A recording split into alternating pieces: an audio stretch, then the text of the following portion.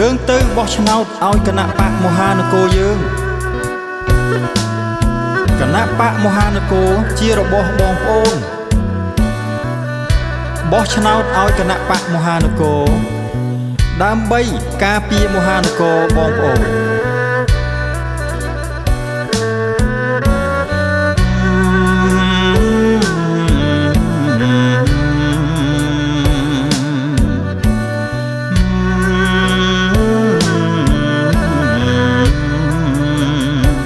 ឆ្នោតមួយសន់លឹក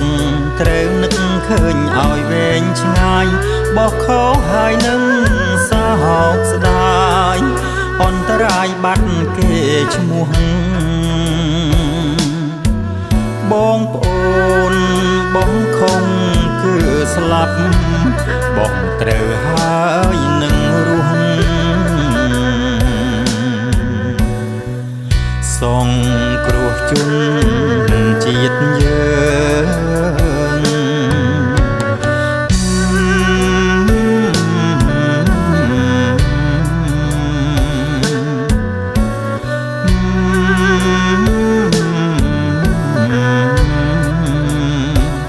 មហា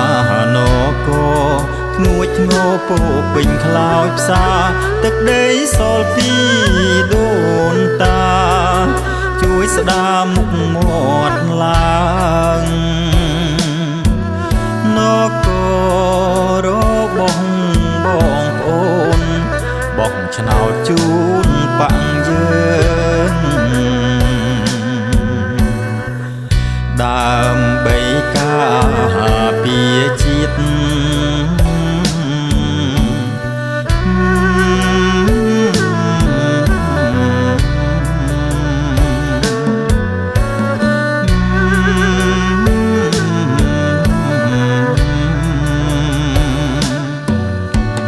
បោះឆ្នោតของស្លាប់បោះឆ្នោតត្រូវរួមបងប្អូនយើងជួយសងគ្រោះមហានគរមិត្តញាតិគណៈ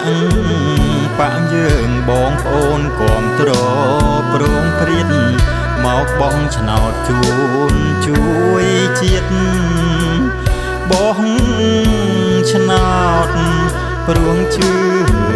ជាក់ពិតសូមជួយបងឆ្នោតយើងផ្ដោតលើការពារជាតិ